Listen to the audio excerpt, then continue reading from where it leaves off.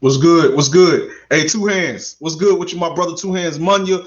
What's good? What's going on? Welcome to the live stream. My brother H Money, Mr. Supreme. What's up, my brother? Welcome to the live stream. Drew, salute, my brother.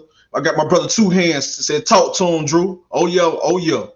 Hey man, if y'all want to hop on, y'all can hop on, bro. Cause y'all might want to hop on for this one, bro. Like most definitely. Hey, Christopher Mota, greetings, bro. Much love and respect. The J. Roos Theory, much love and respect, my brother. My brother Mark is in the building. What's going on, my brother? Welcome to the live stream. Most definitely. Jalik the leader. What's good? Hey, Jalik, if you want to hop on, bro, hop on, bro. If you want to hop on, bro. You know what I'm saying? What's good, bro? Welcome to the live stream. If you want to hop on, two hands if you want to hop on. Hey, bro, matter of fact, I'm finna send out the link, bro. I'm finna send out the link because I'm finna cook today, bro. You know what I'm saying? I'm finna cook. I had to go live, bro. You know what I'm saying? It's a lot of shit I gotta get off my chest, bro. So if y'all wanna hop on, bro, y'all can hop on, bro. Like I'm finna most definitely put the link in the chat. So if y'all brothers wanna hop on, y'all can, bro. So we can cook. Cause I'm about to cook tonight, bro. For real talk. I'm about to cook tonight. Real talk. You know what I'm saying? I'm tired of the BS. I'm tired of the foolishness. And the truth need to be told tonight, bro. Real talk. So let me put that link out there if y'all boys wanna hop on. You know what I'm saying? Like real talk. Let me put that link right there. You know what I'm saying? My brother two hands. If you know what I'm saying, Jalik the leader wanna hop on. Yeah, hey, if you can hop on, two hands, hop on. If you know what I'm saying, if you busy, bro, whenever you have time and whenever you free, you're available. I'm gonna be on for at least about an hour, bro. About at least 2 hours. At least 2 hours. So you already know what time it is, two hands. My brother Mark say what you got, man. Well, Christopher Mota say miss you, bro. Hope you cool. You know what I'm saying? DJ DQ say Shiante is up. Big up Tucker, my brother. Much love and respect, man. Welcome to the live stream. You know what I'm saying? Welcome to the live stream. Let me make sure I got that link out there. Let me see. I got that link. You know what I'm saying? So the brothers he can hit that link and hop on, bro. You know what I'm saying? Like real talk. But listen, man. All these excuses, and now you got certain people and certain channels want to attack Mark Breland, right? You know what I'm saying? I went live earlier and my live got interrupted, because of connection issues. But now they coming at Mark Breland, right? You know what I'm saying? Just because Mark Breland is telling the truth, now they coming at Mark Breland. You know what I mean? He's telling the truth. We talking about a man that was very loyal to Deontay Wilder, saw Deontay Wilder like his son, and I tried to perfect this man craft.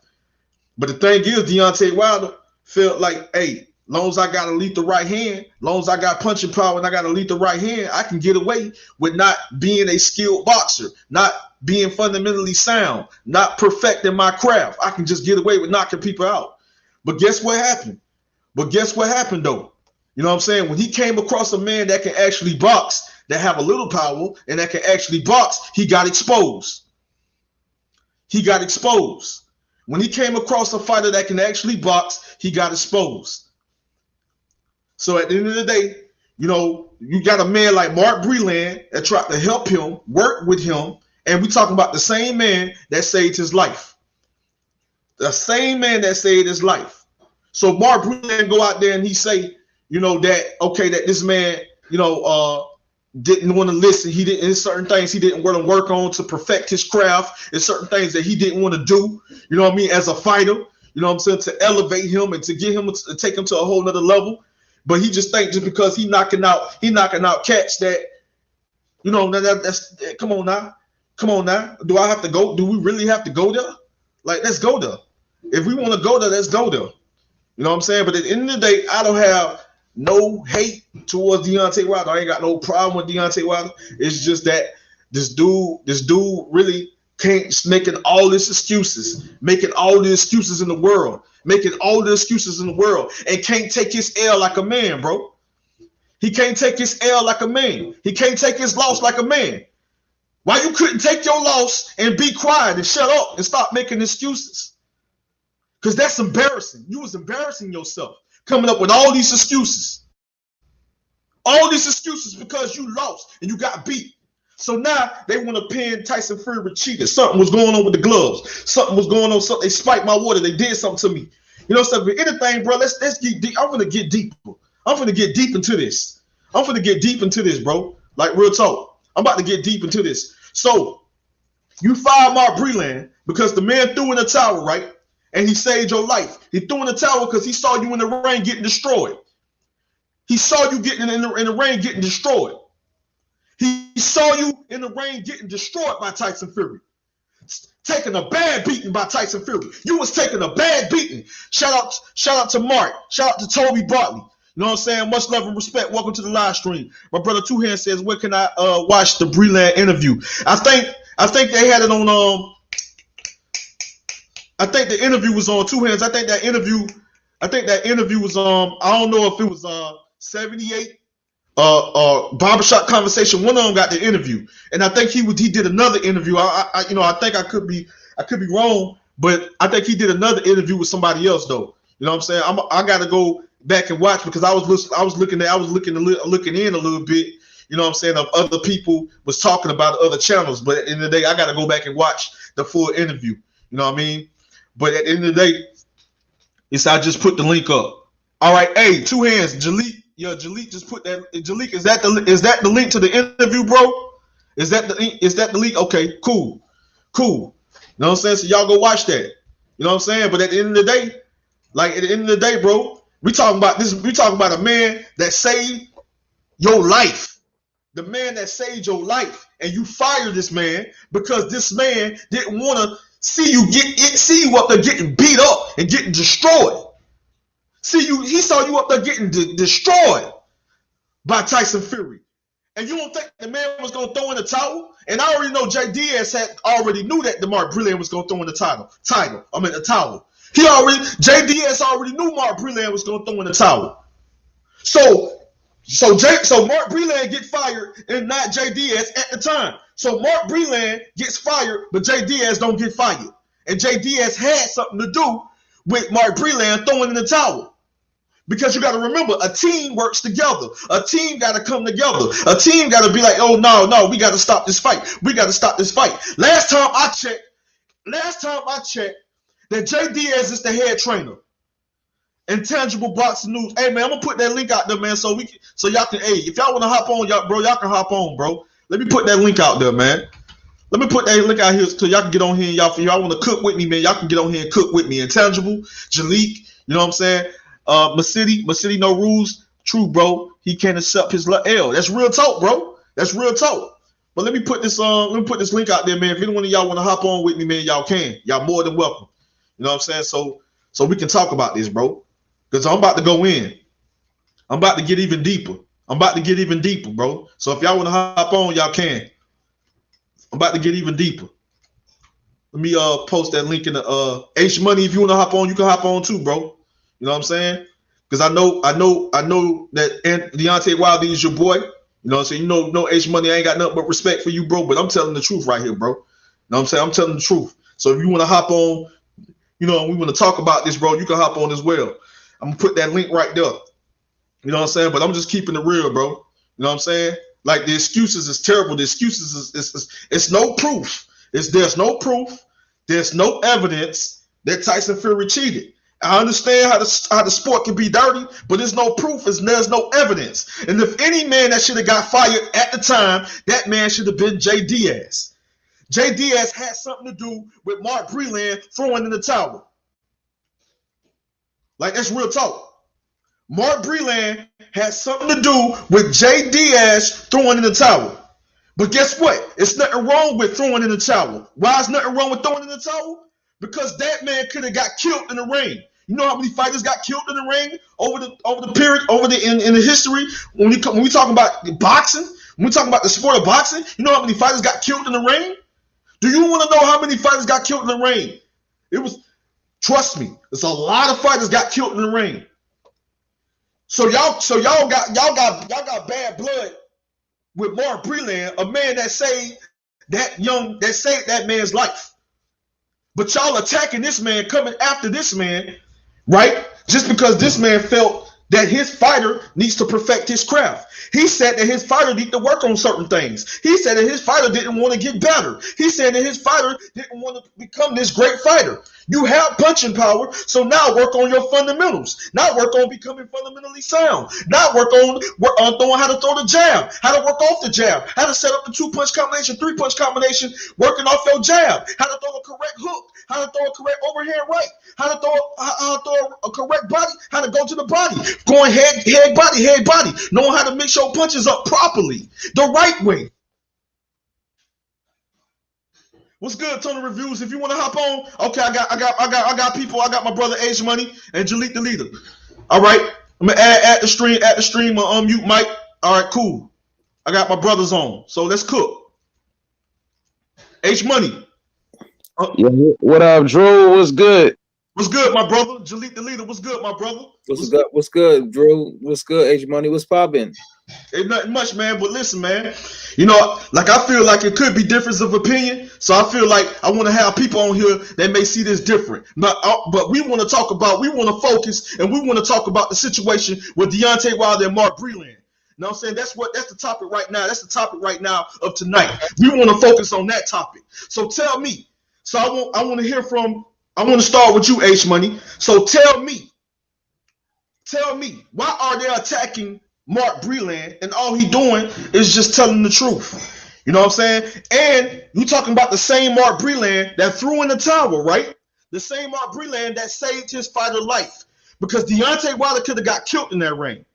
So we talk about the same Mark Breland that saved his fighter life, the same Mark Breland that threw in the towel. So at the end of the day, we got to remember, Jay Diaz knew that this man was going to throw in the towel, because Jay Diaz is the head trainer. And the last time I checked, a team works together. So Jay Diaz didn't get fired, and he was the man back there watching Tyson Fury get his hands wrapped. Mark Breland wasn't. It was Jay Diaz back there watching Tyson Fury get his hands wrapped, and he also saw Tyson Fury put on his gloves. I believe they had to check the gloves and things of that nature. So at the end of the day, was Mark Breland wrong for saving his fighter life? For saving his fighter from getting killed in the ring? Was he wrong? H Money. Well, first of all, I want to say shout outs to Andrew Tucker and Andrew Tucker's World. Make sure y'all hit that like button, subscribe to the channel. Andrew Tucker, one of my favorite YouTubers. You know, Andrew, I am cool with Deontay Wilder. I'm cool with his team, and you know, the way I look at it is like this. I watched the interview with Spencer Fearon and Tunde Ajayi. Shout out to those brothers in the UK. First of all, you know, they did their job. They did what they were supposed to do. You know, but as far as Mark Breland, I gotta question Mark Breland, especially when he's on camera saying Deontay Wilder doesn't know how to throw a jab. Deontay Wilder, he doesn't work out. He doesn't hit the heavy back. He doesn't do this and that. But you was the trainer. You were responsible for Deontay Wilder as a fighter. Were you doing your job as the trainer, Mark Breland? If you saying your fighter wasn't throwing a jab, if I was the trainer, I would make sure my fighter is doing their job. But Mark Breland, obviously, he wasn't doing his job, so he had to go. These are some things that he's been holding back for quite some time, Andrew Tucker. You know what I mean? This is something that he was holding back. I do believe in my heart of hearts that Mark Breland is a liar. I'm going to be honest. You know, I just got off the phone with Tay Jones, member of Deontay Wilder's team. He told me that Mark Breland lied about a couple of other things. Mark Breland said he never trained at the Trunk Gym. When we got footage of Mark Breland inside of the Trunk Gym with Emmanuel Stewart training. So I feel like Mark Breland dropped the ball. Yes, I agree with Andrew Tucker that JD's has responsibility in this as well. JD's was there and he didn't do his job. He's the one that inspected the gloves and he didn't do his job. I agree with that. But at the end of the day, Mark Breland is looking like a sellout, and I'm disappointed in Mark Breland, man. I'm just be honest with you. All right, so I hear what you're saying. I hear what you're saying. All right, Jaleel the Leader, go ahead, man. Or go ahead and cook, man. I know you got something to say. Looking at the Hey, Jalik, hold on for a second before you continue, my brother. I just want to say, man, much love and respect to everybody in the chat. I see you, Zaros, 2-time. I see you, AD. I see you, Fish. Much love and respect to you, brothers, Munya. I see you. Let me give you your ranch back. You know, matter of fact, okay, you got the ranch. You just ain't said nothing else. Boxing finesse, much love and respect, my brother. AD, Zaros, 2-time. Fish, much love and respect. Manya, Mazzetti, no rules, much love and respect. Carlos Rosado, much love and respect, man. Let me add you as a moderator. You know, I don't know why they took your ranch away. YouTube be tripping. You know what I'm saying? Of course, I got to add my brothers. You know what I'm saying? But much love and respect to the chat, Toby. Two Hands, everybody that's in the chat, Mark, Toby Bartley, all of y'all. Much love and respect. J. Rules Theory, much love and respect to all of y'all. All right, so let's continue. Go ahead and cook, Jalik. Go ahead and cook, man. I'm sorry, one more. I forgot some points because remember when Anthony Joshua lost his fight, Andrew Tucker, a lot of people were saying, "Oh, Anthony Joshua was done." Remember that? Oh, he's never gonna be the same. He quit. These are the same things that people are saying about Deontay Wilder right now, Andrew Tucker. Oh, he lost one fight, so he's done. That is not true. Mark Breland said that. He said that Deontay Wilder's career is over, which is a complete lie because we seen Muhammad Ali take losses and bounce back. We seen Anthony Joshua take a loss and bounce back. So Mark Breland, I feel like he's upset and he's not speaking the truth right now. He's not, Andrew Tucker. All right. So I heard you. I hear what you're saying. H Money. All right. Jalik, man. Go ahead and cook, man. Yeah. After looking at the interview, I seen most of it with Mark Breland. It was very interesting because we're just gonna keep it on Breland, not the actual gloves, because that's a whole new different situation. Because Wilder brought up Mark Breland, and he also blamed the referee. Remember, I think it was Kenny Bayless. So those are different situations that he's saying. So as far as Mark Breland, I guess apparently he had a situation to never throw in the towel, which is I can see a fighter with their egos wanting to do that, but from a realistic point of view, like, people say they want to die in the ring, like, do you really want to die in the ring or be a vegetable like certain people is now? We know their names in boxing. So I can see why Wilder is upset. Now, I think it was a good stoppage. But I also can see why Wilder was upset. Mark Breland is very soft-spoken. I'm not sure if who else does he train, AT? Does he train anybody else besides Wilder? Because I know he was a good pro and an amateur, but does he train anybody else? Mark Breland, I think the only fighter, I don't know if it could have been some other fighter, but I think the only fighter he trained, according to my knowledge, was Deontay Wilder. But I don't know, because I think he probably had, I don't know if he could have had some amateurs that he probably worked with, but at the end of the day, I know as far as professional fighter, I think the only fighter I know of is Deontay Wilder. Now, looking at it from different perspectives, being a great basketball player don't mean you're going to be a great coach. Just because Jordan is that good, that doesn't mean he's a good coach. Now, Wilder has a strong personality, so it seems like Mark Breland wasn't able to get across to Wilder, and Wilder may not have naturally respected him if that's the case. So they had their little beefs. Now, homeboy sounded a little hurt. You know what I'm saying? Like, because Wilder. The stuff that he was saying can literally get you sued, bro. That was some dangerous stuff that can mess up his career. So hearing both sides of the angle and then also hearing, dude, listen, I didn't know this until today, bro. And I don't want to be on those conspiracy stuff. I didn't know that Spencer Fearon actually works for MTK Global. Because what's happening right now is going to make Wilder bigger, believe it or not, because if you go to his Instagram page, Spencer Fearon works for MTK Global. We already know who MTK Global is with Tyson Fury and those things. So it does make you question, like, why did he go right back to Spencer Fearon, who works with MTK Global, which has direct connections to Tyson Fury? So if y'all look it up for yourself, unless he took it down, it does look kind of strange. Now, yeah, I'm like, whoa. But as far as Wilder making those excuses, it does seem far-fetched, because if you think about it, somebody poison you, that's like demonic, bro. Like that's almost like demonic. Like you can get killed. You can't poison nobody. Like that's like beyond. Like your brain got to bro, be on something. You got to bro. be on a whole new That's what different I'm saying. level. That's what I'm saying, bro. It's Somebody, hard to if believe, bro. I ain't gonna lie that he would actually poison them. And JD's does should have he was the main trainer, JDS, and JD is like they said, it's like he wasn't professional. So if you also break it down some more, if he got accused of the glove situation by that guy Asbury, whatever his name, 5 or 6 months prior. So if you're a professional team, yeah, Nicholas Asbury.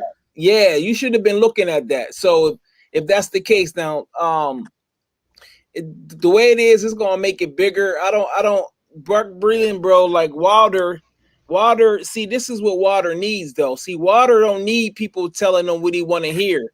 He need people around him that's not scared of him, because a lot of people's probably afraid of him, and it's not in that he gonna beat him up, but they'll lose access to him because he's probably the breadwinner of everybody that he's around. So people ain't gonna really tell him. They just gonna tell him what Right. they want to hear. And But that's the thing is, Jaleel, like Breland was trying to tell Wilder to do this, to do that. It seemed like Wilder was just wanting to do what Wilder wanted to do. You know what I'm saying? Like Wilder was hard headed. Like I don't need to work. I don't want to work on this, work on this, work on that.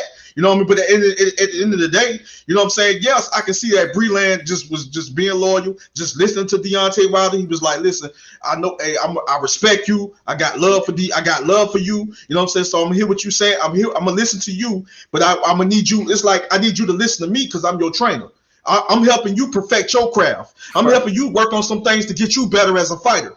You know what I'm saying? So if you don't want to listen to me, it's like Wilder want to do what he want to do. You know what I'm saying? And at the end of the day, he feel like what he does in the ring is going to continue to work. But at the end of the day, like I said, and I'm gonna say it again, you came up short when you went up against a guy that can actually box. That's fundamentally sound and skilled. That's a very skilled heavyweight. You came up short because it was at times you didn't know how to handle a certain style. So when you got a trainer that can actually help you and work with you and get you to that level. See, because just loading up with the big right hand and being patient and setting it up, you know what I'm saying? It's not the only thing that only thing you need to keep going. It's not going to be the only thing you need to keep you going forward. If you want to be on a certain level and beat certain fighters, you know what I mean? Even like an Alexander Usyk or a Tyson Fury, those styles give you hell.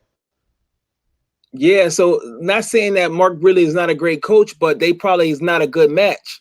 Because if you can't reach your client, then you're not worth it, no matter how much you know about boxing. Being a great trainer and a coach is more than just having knowledge. It's being able to reach it, and it's being able to deliver your message and have somebody respect you.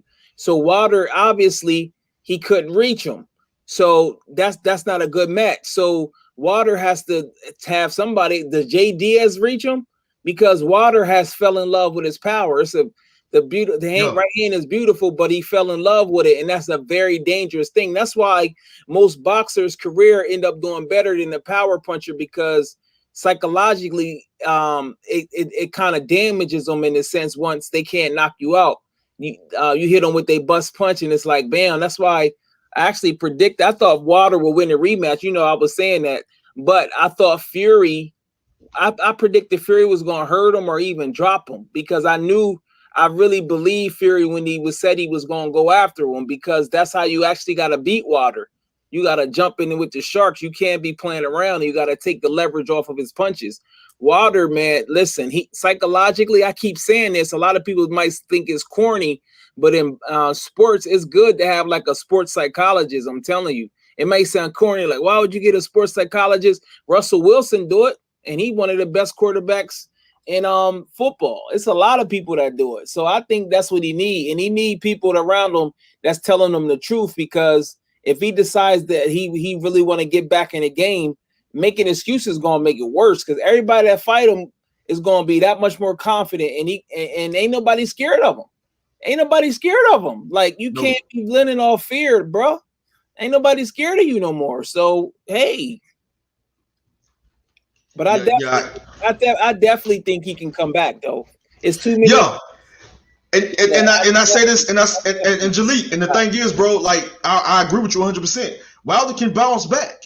You know what I'm saying? And I think, you know, it may be kind of late trying to work on some things, being fundamentally sound and work on some things to take your game, to step up, to help you with, certain styles against certain fighters, like perfect your craft. You know what I'm saying? To taking it to a whole nother level. Like, but at the end of the day, it's not really too late. I think the right trainer can really get him there. Can really get him to that point. Because he's athletic. Let's not forget he's athletic. Who's he gonna respect? Yeah, right. Who can get him to listen? That's the challenge. Yeah, that's the problem. His attitude, being controlling. I'm gonna do things my way. Either it's gonna be my way or no way at all. We know it. You know what I'm saying? We know that's what was one of the issues and one of the problems. You didn't want to listen. Yeah, because one of my favorite heavyweights is Joe Joyce. If you look at him, he's very receptive to coaching, and that's why I think that he's developing, even though he started boxing even later than Wilder, and I think they're about the same age, Joe Joyce and Wilder. Yeah, Joe Joyce and Wilder, he's very receptive. You notice that he's very receptive when he listens and he takes the information in and he tries it. That's what it takes sometimes. And that's a way when you listen. When you actually listen, man, listen to what your trainer, especially a great trainer. When you listening to your trainer and your trainer is trying to help you evolve, to help you transition take you to a whole nother level, help you transition and take you to a whole nother level to better you as a fighter, and you know that they can get you to that level and can take your game to a whole nother level. It's best to listen. You know what I'm saying? And when you have fighters that actually listen, you know what I mean, and actually listen to what their trainer telling them, those are fighters that's willing to perfect their craft. That's fighters that are willing to take their game to a whole nother level, become more fundamentally sound. Because if you think you can just stick with one little style that have been working for you for all these fights, but when you step up in competition and step up and take on fighters that's on a whole nother level, you might come up short because it's certain things you should have learned to prepare you for certain styles. Yeah. Hold on real quick, Jalik. Everybody in the chat, man, much love and respect, man. You know what I'm saying? Art, I got Art, IBT, Immortal Boxing Truth. Hey, IBT, if you want to come on, man, you want to hop on, and you want to cook, bro, and you can hop on, man. I would love you to hop on here with me, Jalik, and H Money, and so you can cook, man, and so we can talk about this. I want to hear what you have to say about the situation. So I'd love for you to hop on, my brother. Even Boxing Finesse, my brother Boxing Finesse is in the building. If you want to hop on, you can hop on as well, my brother. Dylan Pulley, much love and respect. You know what I'm saying? AD, much love and respect. The J Rules Theory, that's my brother right there. Much love and respect. Let me add you as a moderator. Even the J Rules Theory. Even if you want to hop on, bro, and give your take on the situation, and I want to hear what you have to say about this. You can hop on as well. Much love and respect to the entire chat. Zaro's 2-time. Art Samsung. Actual facts. Shout out and much love to the UGC. Shout out to the UGC. I got the Queen in the building. I got the Queen, Linda S. The Queen is in the building. Toby Barley, AD.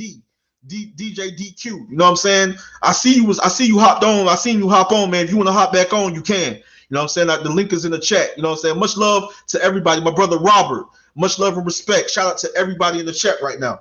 But most definitely, so we got H Money back on. H Money is back on, and like I say, IBT. And any one of you guys want to hop on, you can hop on the panel. I think the most people I can have on is like 6 until I get like the other little plan with StreamYard. I can have more than like 8 people or 10 people, I think. But right now, we got the guys on the channel right now. We talking about this, man. But so go ahead and finish up. Finish what you were saying, Jalik the leader. No, I was just saying that when you listen, that's very important. Wilder's situation. The things that Wilder has going for him, we know the right hand, and he's quick to close the distance, and it's also 4 belts. His best bet right now, if the Anthony Joshua Tyson Fury thing happens, is for Anthony Joshua to win. I honestly believe Anthony Joshua will fight him, because no matter what you say about Wilder, if you hate him, you think he garbage, he is a big name in the heavyweight division, and he does generate money. So him losing and bouncing back is easier than, say, like a Andrade with slickness, and he doesn't have the money behind him. So some people can afford to lose. Wilder can afford to lose. He also has Al Heyman, so he has a lot of things working for him because this is the business. And whether we like it or not, all this controversy is gonna make his return fight big because Right. people want to see how he looks. It's the world we live in is kind of crazy. You get high, you hit rock bottom. He has things going on for him, but is he going to regain that thing? Because it's a lot of fighters out there. I'm telling you that him fighting Joe Joyce is a tough fight. And then you got Philip Hergovic. It's people out there that's going to make their name. They trying to come at you, bro. Yeah, I agree, bro. You got some tough fights out there. You know what I mean? People saying that which I would favor Wilder to win if that fight was to ever take place. If Wilder was to give Effie a job or that opportunity, but I feel like honestly, that'll be a tough fight for him. I just think that Wilder will be quicker to land his right hand. Yeah, I think so. Yeah, a job. Sleep job. Right. But I just think still, Effie a job. That's what I'm saying. But I still think that's a a good little fight. Good little comeback fight.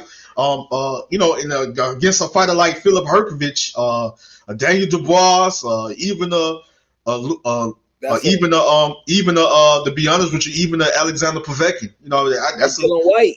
Dillian White, or even I ain't gonna lie, even Andrew Ruiz Jr. because of his style. Exactly. I think because of the style of Andrew Ruiz Jr., I think that'll be a good little tough fight for. So when people saying that he's done, I don't really see how he's done unless he just quit.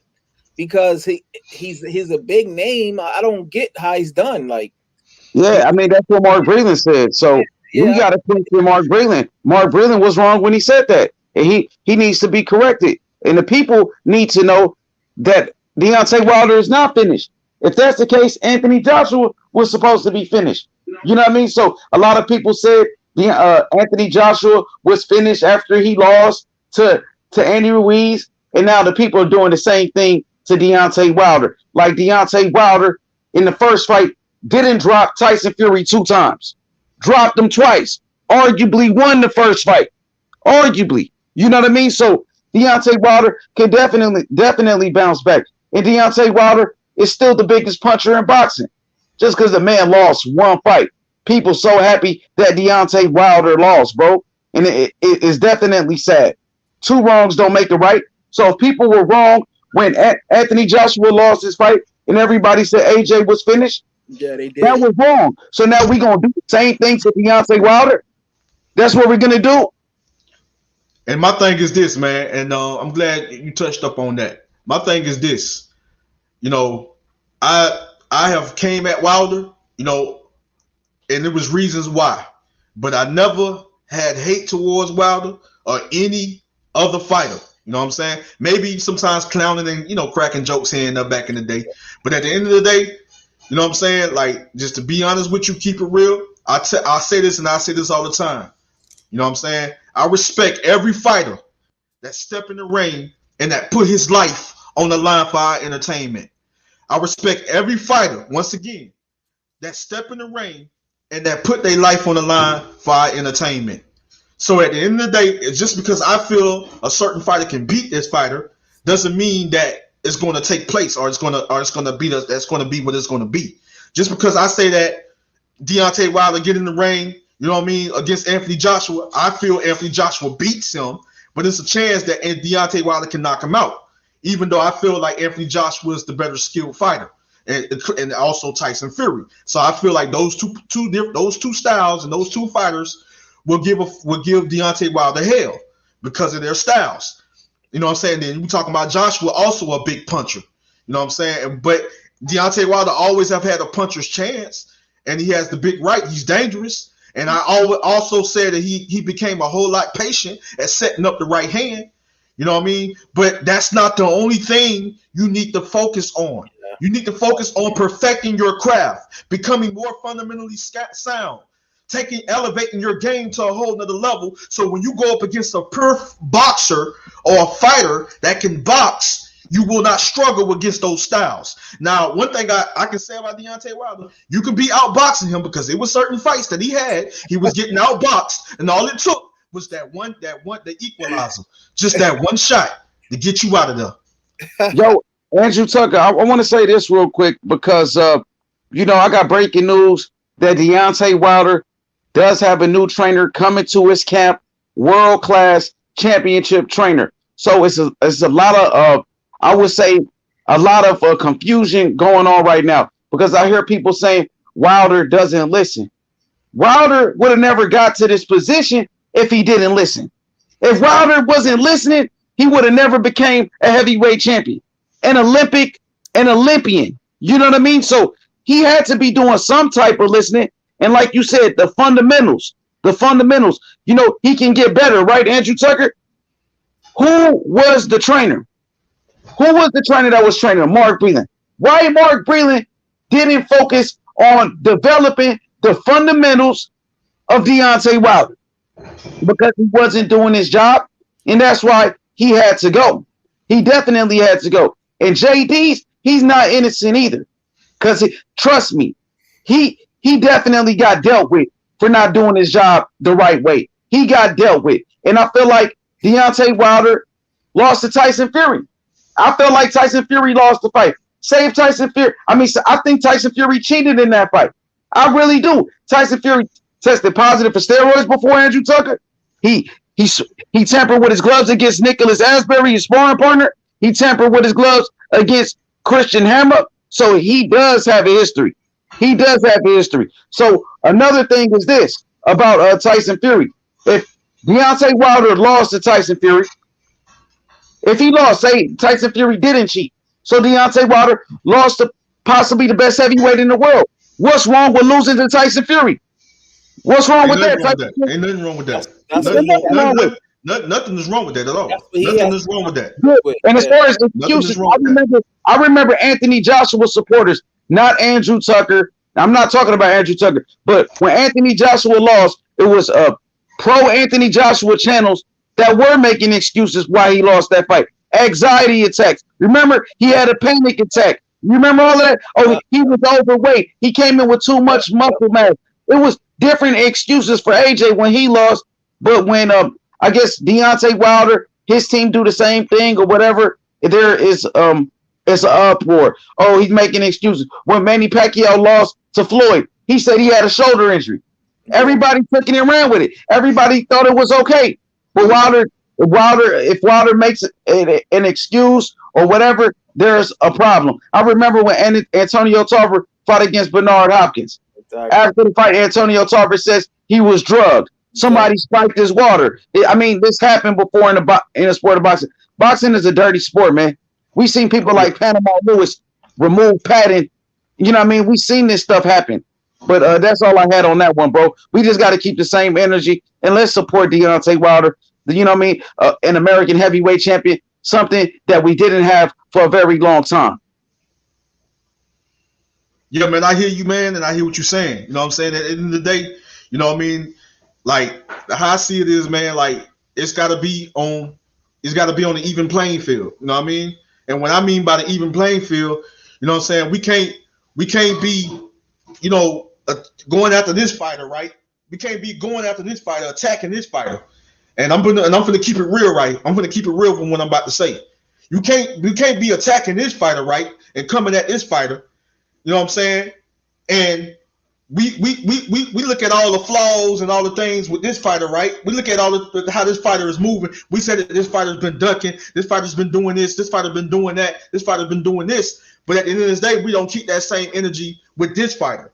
Or we hold that fighter accountable, but we don't hold this fighter accountable. Right. You know what I'm saying? So we got to be fair. You know what I'm saying? We got to keep it real and we got to be fair. You know what I'm saying? But I always said, listen, we got to respect these fighters. We got to show love and we got to respect these fighters. Even though it might be some things we disagree, some of the things we disagree with some of the things they say, we may disagree, or how they move or how they say certain things or in front of that camera or to the media. Yeah, we go at them, but at the end of the day, what they do in the ring is what we have to respect. And I agree with that.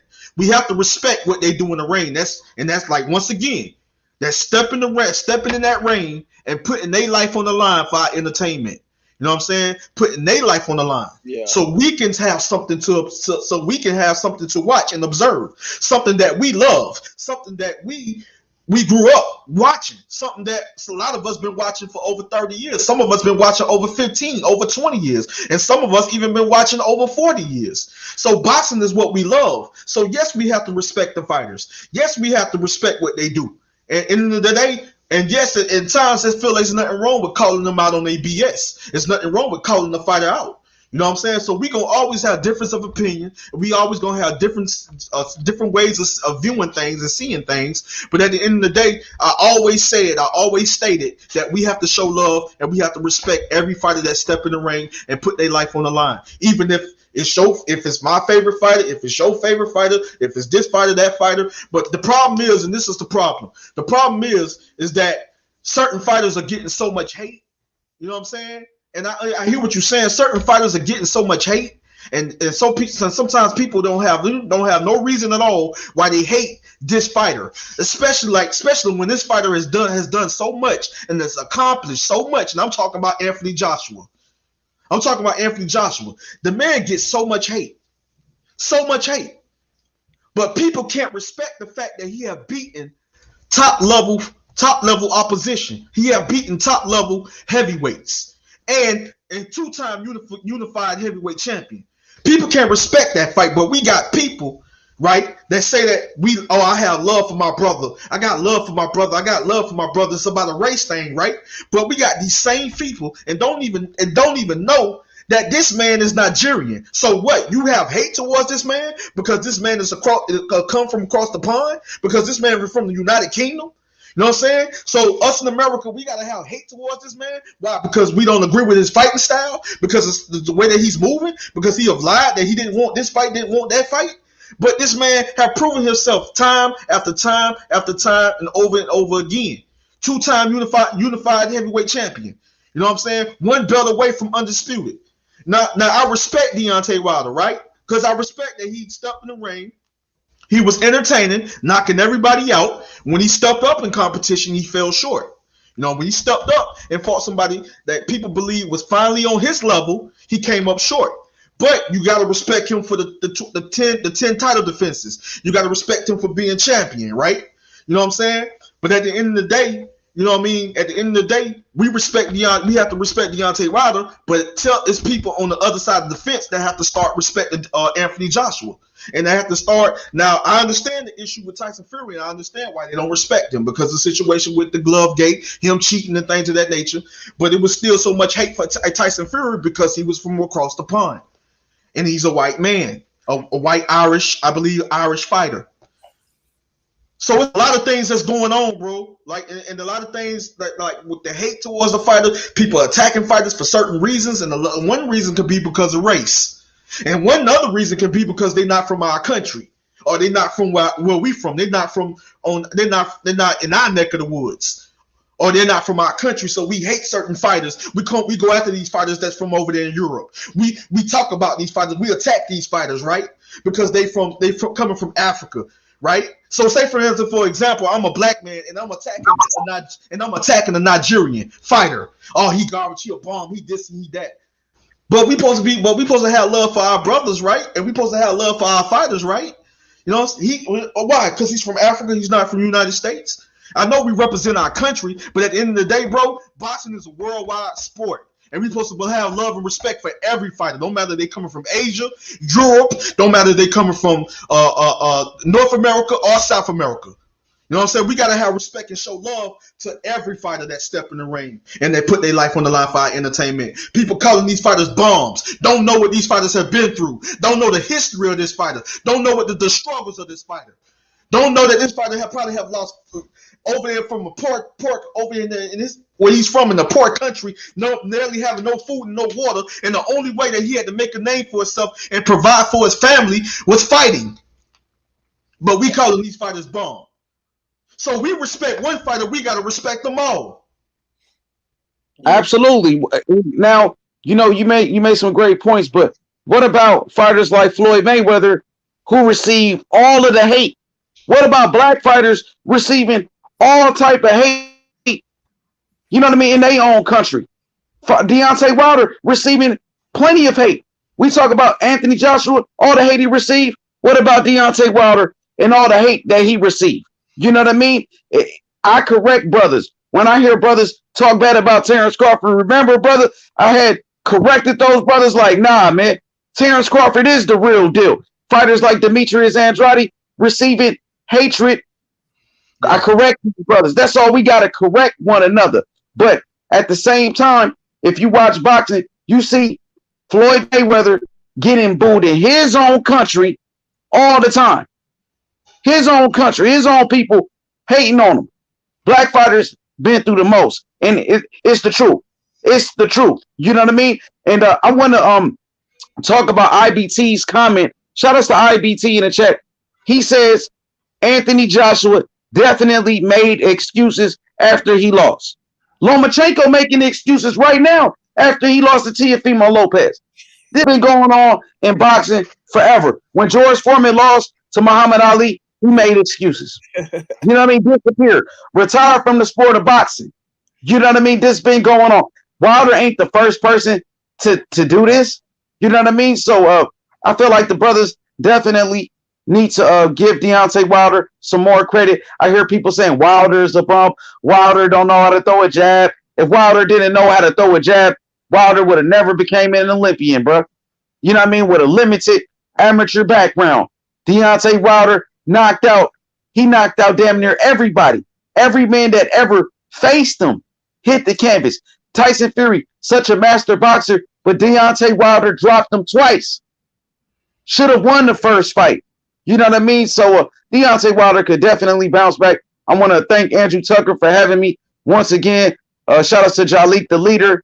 Appreciate you, brother. And man, I appreciate the conversations. I'll be watching you from the chat. I want to hear y'all brothers. I want to hear y'all brothers cook, man. But we do got to put some respect on Deontay Wilder's name, bro. You know what I mean? He did some special things in the sport of boxing, responsible for reviving the heavyweight division alongside with Anthony Joshua. You know what I mean? And I think Deontay Wilder and Anthony Joshua do have respect for each other. They do like each other. You know what I mean? And hopefully these fights can happen in the future. Andy Ruiz versus Anthony Joshua is an easy fight to make. I mean, Andy Ruiz versus Deontay Wilder is an easy fight to make. They both on the same network. Tyson Fury should be fighting Deontay Wilder next. Deontay Wilder should be having his trilogy. Tyson Fury should be responsible for honoring the third fight, the contract. Then why is that Tyson Fury getting the pass to just avoid the third fight? Rubber matches always happen in the sport of boxing. Riddick Bowe versus Evander Holyfield fought 3 times. You know what I mean? Muhammad Ali versus Joe Frazier 3 times. Muhammad Ali versus Ken Norton fought 3 times. What about this rubber match? Why is Tyson Fury ducking his third fight? Why is he running, bro? But I appreciate the brothers. Thank you for having me. Peace. Hey man, appreciate you coming on, H Money. You know what I'm saying? Most definitely, much love and respect, my brother. Yeah, so Jalili, go ahead, man. I know you got a lot. I was just saying because I if you just use basic common sense, like Wilder is a big name. See what I do? I take my personal feelings out of things. Now, if you personally, when you put your personal feelings on a person, then you might be like, yeah, he's done. All you gotta use is basic common sense. Like as far as boxing is a business, Wilder versus AJ. Even with them having 2 knockout losses, say if AJ beat Fury, that fight will be huge because all it takes is Wilder getting 2 big knockouts, Charles Martin and somebody else, and they're going to say Wilder is back. I don't know how long people been watching boxing. I don't know if they just drew up on the Floyd Mayweather era and they just used to, he never lost, but fighters lose. This is normal. It's abnormal to go undefeated. That's like a normal thing.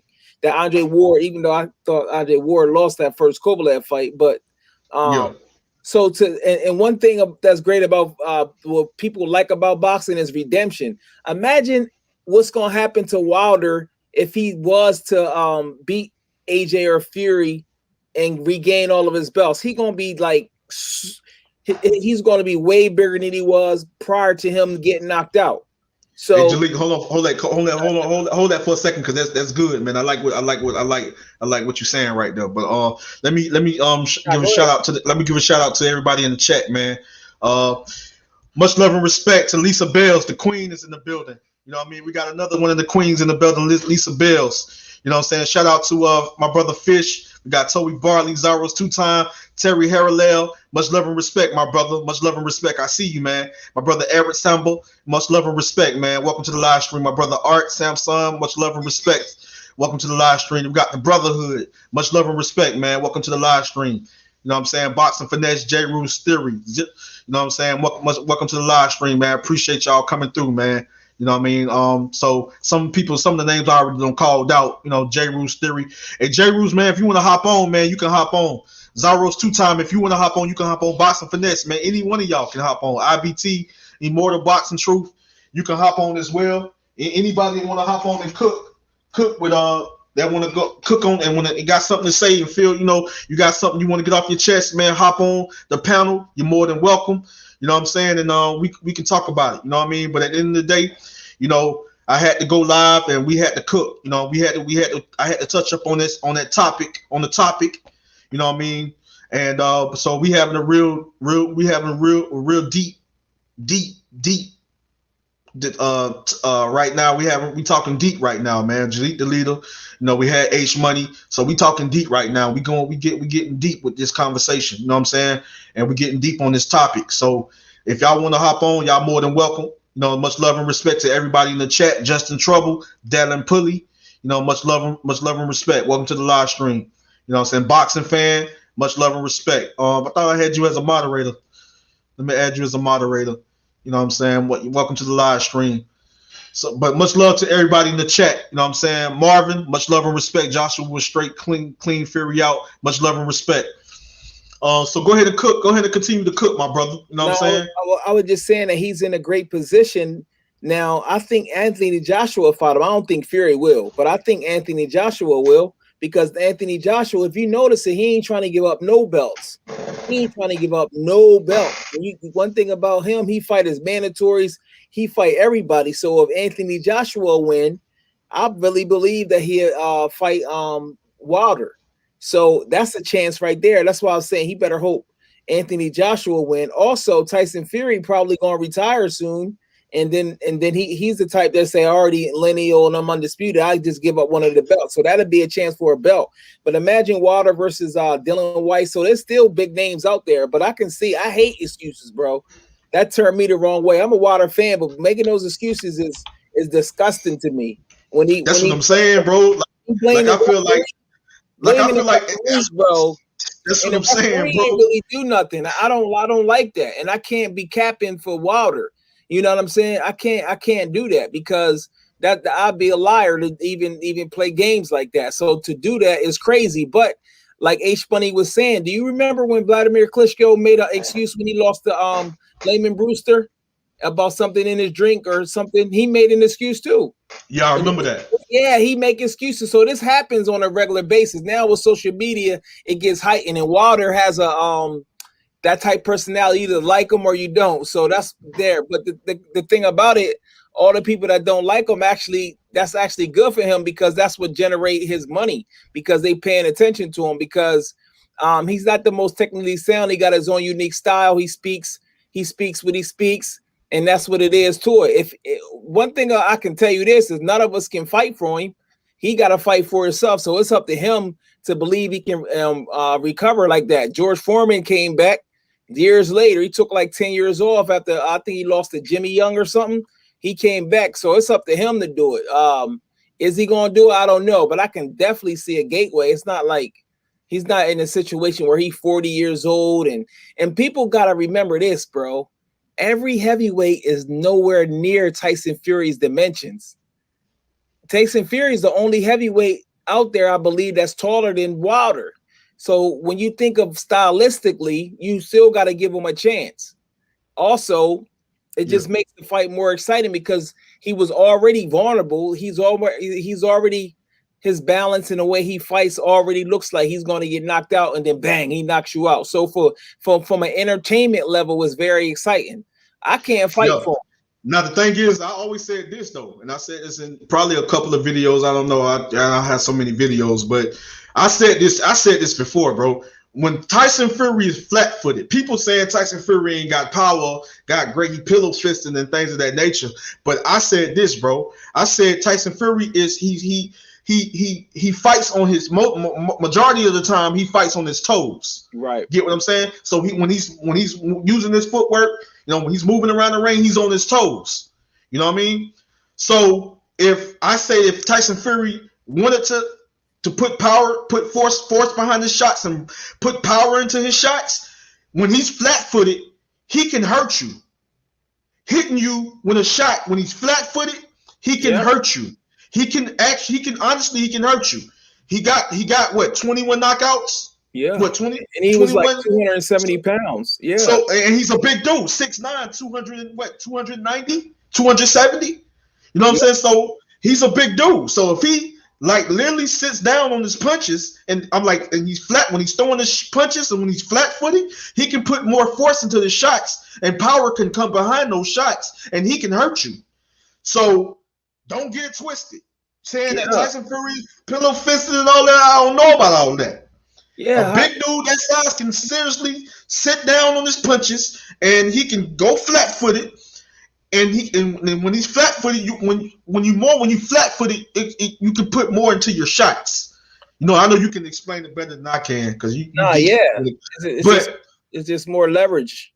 More leverage. You know what I'm saying? More leverage on your shot. You get more force. You're getting more force coming from your legs are stronger. Yeah. You know what I'm saying? Your legs are stronger when they're still. You know what I'm saying? You're on your feet. You know what I'm saying? You can put more into your shots because you're more balanced. You know what I'm saying? And things of that nature. Yeah, and so Wilder has some positive. I don't know if you ever got fired from a job, AT, and you be down and out. You don't got no money. Oh, yeah. You don't know how it works. Your old friends don't want to talk to you no more. You be done. But you start something. You got to have some type of belief in your system that make you believe you can come back. That's what Wilder better be doing. He better turn off the internet and listen to somebody telling him the truth. He gonna have to do it because, like I said, none of us can fight for him, and it's up to him to believe that he can do it because his career is in question in a sense because there's still some unanswered things. Because it's one thing to be on top winning, but if you lose and never recover from it, then you're just gonna be looked at as like a front runner. You can give it, but you can't take it, and that's not a good career to have in a sense because a lot of people is like that. When everything is good on the up and up, it's cool. But soon when you lose, you can't redeem yourself. That's not that affects your career overall. So I don't know, man. I can see how he can do it from a business level, from a skill level. Who else fight like Tyson Fury? Like I'm gonna be honest with you. I always said this. I said it before, but I also was saying this to a friend. When a certain style, this, Jaleel, style makes fights, bro. And a certain style can throw you off your game. So you would normally have to come with a backup plan. Certain styles can throw you off your game. So people might want to agree with me when I say this, but you have a certain style like a Derek Chisora, right? Derek Chisora is the type of fighter that likes to come forward, very aggressive. He's more like a technical brawler. Mm-hmm. He likes to come forward, be aggressive, walk you down, get in your chest. That type of style would be, and I would favor Wilder to win. Eventually, he tires and Wilder, late round stoppage or something like that, late round KO or TKO. But that type of style would give Wilder a hard time because you got a guy that's coming forward, very aggressive in your chest. You know what I'm saying? Digging, just walking you down and things like. And Wilder struggles. He struggles, and he don't really like when a fighter is coming forward and coming at him. Aggressive, yeah. You know what I'm saying? He doesn't like that. You know what I mean? He doesn't like that at all. And if you think I'm lying, go rewatch the Tyson Fury Wilder rematch. Go watch it. He doesn't like that. He doesn't like the pressure. He doesn't like the pressure. You know what I'm saying? So I'm talking about if you have something like a Mike Tyson type of style, that style will give Wilder all kinds of problems. Who you got? White versus Wilder. I got Wilder. I think Wilder get him out of there in like 1 or 2 rounds. That'd be amazing though, because they'd be talking big trash. That's the whole thing. Like I said, you don't even need to fight for a belt. If it's a good fight, I'm gonna still watch it. You don't gotta be undefeated. I've been said he should have fought Dylan White instead of fighting Ortiz, because if you go back and look at it, why would you fight Ortiz, a southpaw that you already knocked out? How is that preparing you for Tyson Fury in a rematch? That was bad matchmaking and a bad business deal. And just looking at it. And it was a quick turnaround where he didn't even really have a lot of time to prepare for Tyson Fury. So they also got to look at things like that on his team, between Shelly Finkel and everybody involved. That wasn't a smart fight. Dylan White, that'll be a bigger money fight. Build up your fan base even bigger overseas, because I mean the UK, I'm sure the UK is die hard. So yeah, I agree, bro. Like that fight going up against a style, going up against a style, like honestly, going up against a style like Tyson Fury, or going up against a fighter like Tyson Fury, I think if I was Wilder, I think I would need more time to prepare, honestly. Exactly. And back, I'm like, bro, what's going on? You said, do you think Fury AJ would be more action packed than Fury Wilder? Oh man, I'm gonna be honest with you. See, a lot of people, once again, they just think. I seen your video. Shout out to AT, man. Make sure y'all smash the thumbs up. People think because he done that to Wilder that he got it. It doesn't. Boxing doesn't work that way. First of all, AJ is bigger guy than Wilder. He has a different base, and his balance is totally different. His legs is much bigger. So for him to think he just gonna come in there from a strength department, it's a whole new different level of strength, and it's more pound on you. So Fury also is going to have to be, if you think he's going to come in at 270 for Anthony Joshua, that might not be smart, because he's going to need speed and try to box. So him coming in the same weight is not going to be the same. So if you think he just going to do the same exact thing to Anthony Joshua, you got the game. Anthony Joshua throws combinations, he throws uppercuts, he goes to the body, and he does.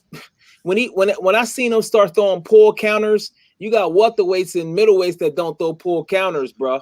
Hey, you know who you got? Hey, you know who we got that pull counter from too, right? I'm sure Floyd. That's where it was. yeah. I think he did like a little counters, bro. Yeah, that pull. Yeah, like listen, like, bro, because I think remember, I thought he was gonna lose. I was Anthony. I thought Ruiz. I counted him out. And I thought he could still recover overall career, but certain styles is always going to give you trouble. I thought Ruiz was going to beat him again. So I can't sit up here and lie. I'm not perfect, but I just know boxing. But I don't. It's hard to just at this stage of their career just to count them out. But Anthony Joshua is not the same fighter as Wilder from a style standpoint, and he hit. For one, since he hit in combination, he got almost. I think they got their KO percentage is probably the same. Let me see, Joseph Parker, Andy Ruiz is only 2 fighters that went the distance, right? Only 2 fighters went the distance. Who did you say, Jaleel? It was going in and out. Joseph Parker. Who went the distance with Anthony Joshua? Joseph Parker, and Andy Ruiz Jr. I believe the only 2 fighters that went the distance. Right, and he go to the body, and if Tyson Fury done those tricks like he tried to lean on you, same thing he done with Steve Cunningham, that'll work. Anthony Joshua can use that to his advantage, because you can see Anthony Joshua is a thinking man. Yes, he actually learned from the loss, and he said, "Okay, I'm gonna learn. I'm gonna work on things." He probably admit that he was cutting corners a little bit. He said, "Okay, I'm gonna make sure I focus even more." That's one thing I like about Anthony Joshua, bro. That's a great fight, bro. And that's what I said. And I said this in previous videos. I said Anthony Joshua, and so is Tyson Fury. I said Anthony Joshua is a thinking man fighter.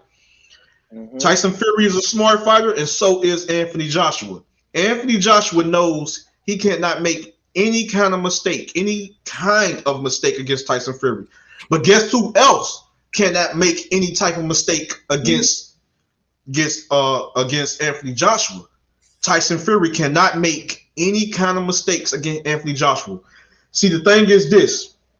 Anthony Joshua is not just this front foot dominant fighter that can throw mean combinations and that can walk and that can beat you up, body your head by mixing up his punches very well. He actually can box. Yeah. He actually can work his jab. Yeah, that's he what actually can jab. He can jab up top and then jab down to the body. He actually can work. He can actually go to the body. He can actually move his head. He can actually slip punches. He have gotten faster on his feet. He has evolved. Pay attention to the Pulev fight. Pay attention to the Andy Ruiz Jr. rematch. He has gotten better as a fighter, and I believe if you go look at him train and look at that recent training videos, he have added a lot of other things to his game. Yeah, he's not going to be the same fighter that fought Pulev or that fought Pulev and that fought against Andy Ruiz Jr. He's not going to be that same fighter. Anthony Joshua's going to be better. I promise you. He's going to surprise y'all. At first, I see it a chess match. Fury knows he's just going to have to stick and move against Joshua. He knows he's going to have to outpoint him, have to outbox him. His game is to tire Anthony Joshua out because we know Anthony Joshua have had a history, stamina issues and things of that nature, right? We know that Anthony Joshua, number one thing he's working on is his conditioning. He knows that he's going to have to come in tip-top shape against Tyson Fury. Y'all thinking that Anthony Joshua's going to come all big and muscular and things of that nature so he can just walk Fury down? No. You know, I believe Anthony Joshua's going to come in that fight lean. Similar to the Andy Ruiz Jr. rematch. You know what I'm saying? Looking to get in there and move. And you thinking that, he's not going to keep up with Fury. I promise you, Anthony Joshua is now fast enough on his feet to keep up with Tyson Fury. He is not. I'm telling you, he's going to stay right there. He's going to stay right there. He's going to stay right there. He's going to stay on top of Tyson Fury. Now, at the end, he's going to stay on top of him. He's going to be right there to meet him because I want y'all to also understand. Anthony Joshua, if people don't know, you might need to pay attention. Anthony Joshua is also a good counterpuncher. Yep. Good with very good timing. And guess what? He just fought in December. Homeboy hasn't fought in a year. So that makes a difference as well. Tyson Fury, no matter what you say, you get what I mean? And also, no matter what you say, he's got to be thinking about the MTK Global stuff, even if they still have the fight. So it's a lot of things that he's going to have on his mind coming into the fight. And Anthony Joshua, I don't know who's going to be the favorite, but I don't know who's he going to favorite. But that fight is that's a super 50-50. But one thing about Tyson Fury, if you go to his body, what he going to do?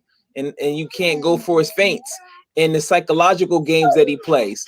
If Anthony Joshua, all he got to do is stay calm and let Tyson Fury talk himself out. That's all he got to do at the press conferences. Let him talk himself out and just smile. Right. And then he ain't gonna have no ammunition to keep going, and then it's gonna be different. Right, I agree, bro. Because Fury fades too, but and Fury sometimes, like I think also Fury also, he struggles with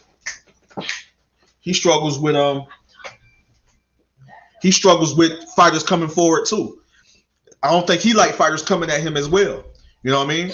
But the thing with Fury is when a fighter is coming forward, Fury is very good at pivoting, ladder remover, pivoting, and getting out the way. So Fury, if a fighter coming forward, Fury is he's gonna circle. You get him right here, he's gonna circle. You get him, he's gonna move. He's gonna move. He's gonna use his feet. So that's one thing I can say about Fury. He's good on his feet. His footwork is pretty okay. You know what I'm saying? So. Like fighters trying to trap him, I feel like he knows how to get out of those traps. You know what I mean? With knowing how to use his feet. You know what I mean? And knowing how to pivot and things of that, work off his jab and things of that nature. So I give it to Fury. And I said Fury is a very, very skilled fighter, man. I don't take nothing away from Tyson Fury, but I promise you, Fury have never stepped in there and stepped in the ring with a fighter like Anthony Joshua. It's gonna be different. Two fighters on that level, it's gonna be different, bro. Yes. People think that Fury gonna easily outbox and outpoint Joshua like he did Klitschko. No, bro, it's not gonna happen. It's not gonna happen. Joshua gonna go for broke. Joshua gonna go for broke. This fight gonna be interesting, man. And a lot of that press conference and stuff like that, that's important for him to keep his cool, because he did lose his cool a little bit against Big Baby Miller. And when you talk about experience, fights give you experience, and then the build up to specific fights give you experience. So he can look back at the Big Baby Miller thing and say, you know what, I lost my cool a little bit.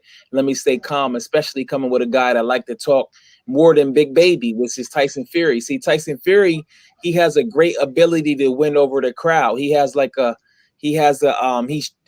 charms the crowd. Not only does he charm the crowd, he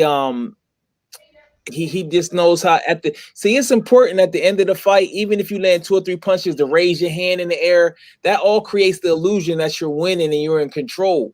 And part of the scoring criteria is being a general in a ring generalship. So if it looks like you're winning, even if you're getting tagged, he's great at doing that. So whatchamacallit personality is different. I definitely give him an advantage over AJ and as far as being able to get the crowd on his side, which is important when it comes down to the judges. Even if he lose eight rounds before, getting the crowd on your side will make it where the public would demand a rematch. You feel me? So he's great at that. That's why AJ gonna have to knock him out. You get what I mean? Because he's gonna have to knock him out to leave no question. Because Tyson Fury is he knows what he's doing in that ring, man.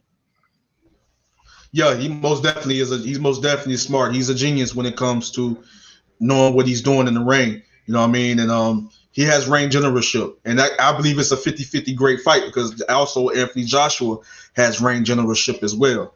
You know what I mean? And he's also a smart fighter, and he's also gonna be the type of fighter to get in there and really make it a fight. He's coming to win. People say he lost confidence. People say he's broken. No, he's gonna prove. I'm telling you, he's gonna show a lot of people, bro. When the fight ever takes place, he's gonna show a lot of people, bro, that he's still hungry.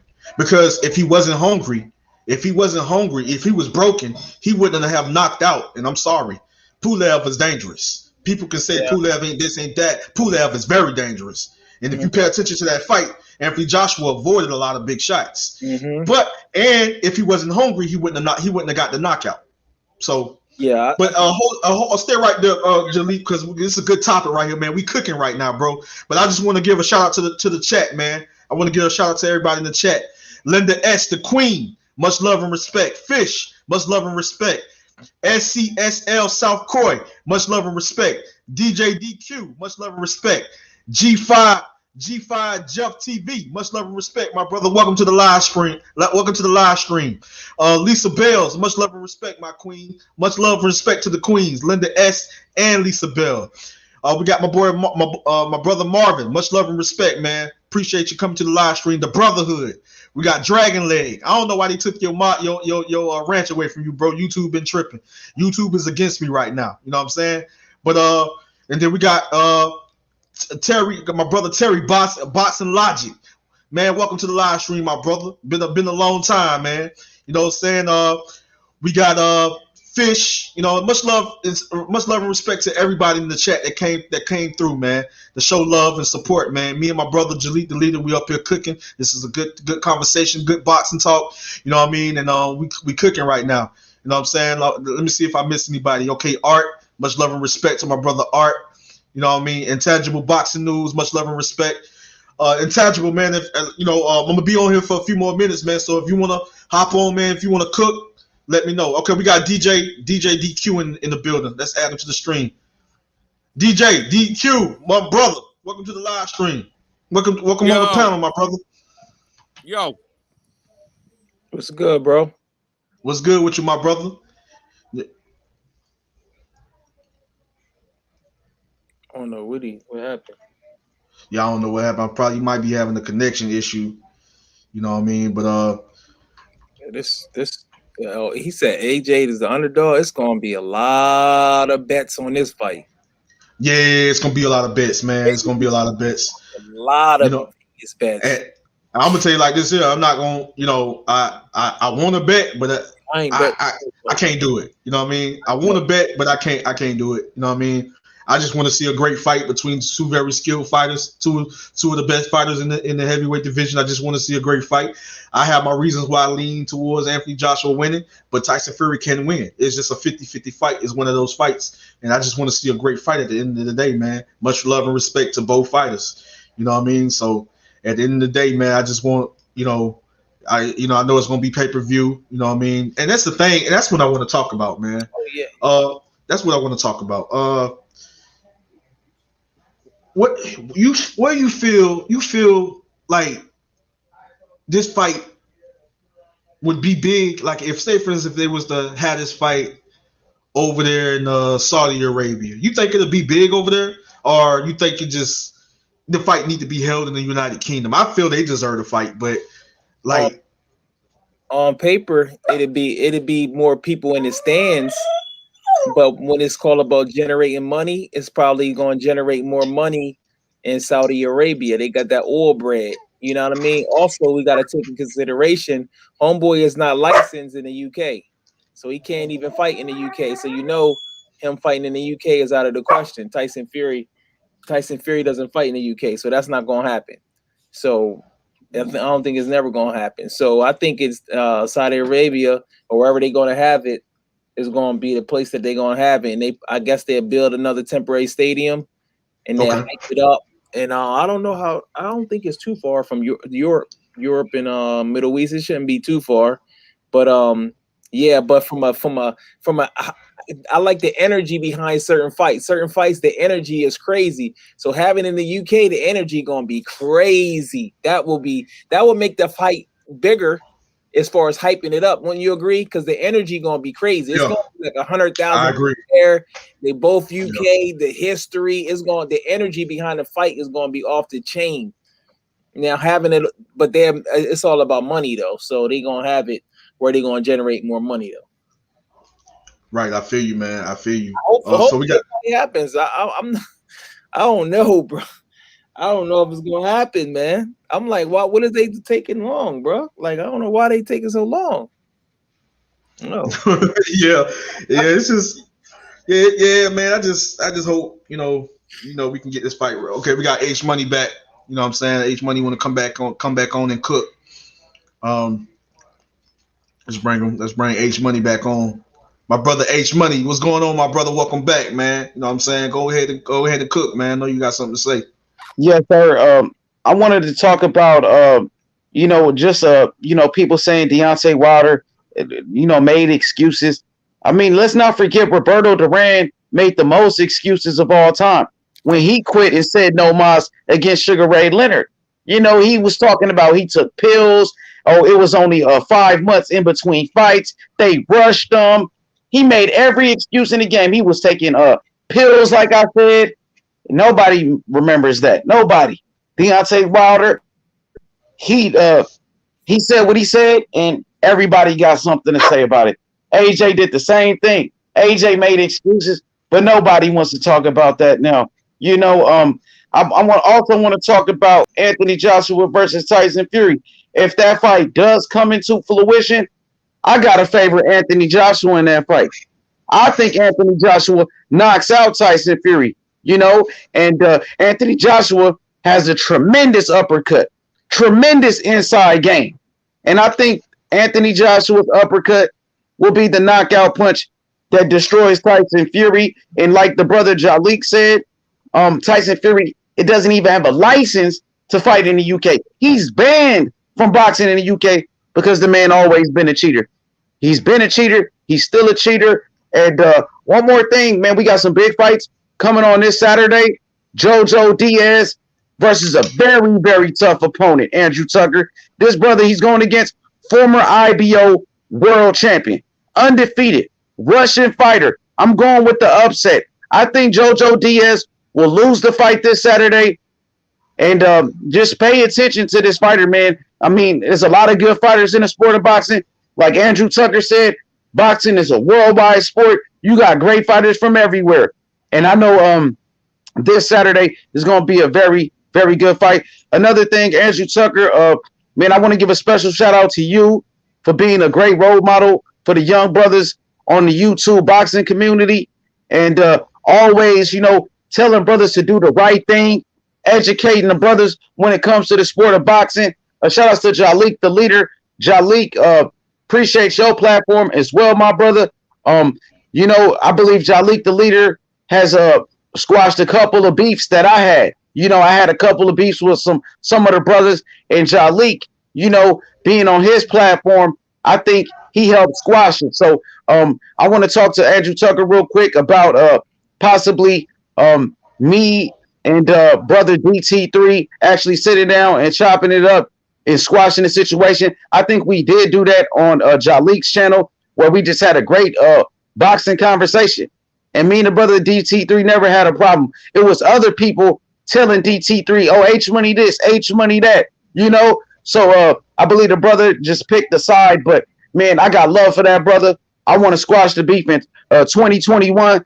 I believe 2021 is the year for me to squash the beefs. So Andrew Tucker, if you could spread the word to the brother DT3, you got my number. Tell the brother to call me and we could talk it out, behind the scenes. We don't have to do it online. And, all the brothers, what I mean? Let's build this sport of boxing. Boxing needs it. Boxing is falling off while the UFC is growing. We got to step up. We got to step up and build up these fighters the right way. That's all I have, my brother. Thank you. No problem, my brother. Much love and respect to you, man. And what I can do, I can set that up, and we can most definitely work. We can most definitely do that, man. And when you DT3 the Boom Man can most definitely, man, squash the beef, shake hands like real men, and put an end to the foolishness. And man, let's just cancel out the drama. Let's cancel out all the foolishness. Let's stay focused, man, on boxing. No matter what side of the fence we may be on, or what crew we may be with, or whoever we represent, in the YouTube boxing community, I'm all about unity. I'm all about brothers coming together, having discussions, brothers coming together, talking this boxing. No matter, whether it was brothers coming over, because I don't have no problem with no boxing channel on YouTube. When it comes to the YouTube boxing community, I have no problem with no channel. It may be difference of opinion, disagreements, and we may see things differently. They have a different perspective on things, but I have no problem with nobody, no boxing channel. And a lot of you brothers like Jalik and H Money, y'all brothers have been showing me love, and it's been love and support. You support me, I support your channel. Y'all got to support my channel, and it is a brotherhood, and I respect every brothers. All the brothers that showed me love, just like I showed them love, and there's nothing but respect at the end of the day, and it should be unity. You know what I'm saying? Because I'm not about dividing. I'm not about divide and conquer. You know what I'm saying? I'm not with that. You know what I mean? We know how that was created. We know how what the reason why that was designed, divide and conquer. And I'm not with that. I'm all about unity. I'm all about coming together. And at the end of the day, like all the hate, all the animosity that people have towards each other and stuff, I feel like it needs to come to an end. And I feel like it wouldn't be no problem to come on other different platforms and things like that, and things of that nature. Nothing wrong with debates, but at the end of the day, having a good conversation when it comes to talking boxing and having respect and showing love to the sport, contribute to the sport by giving what we know, giving what we know about this sport, and sharing the knowledge to other people, that the knowledge that we have about when it comes to boxing.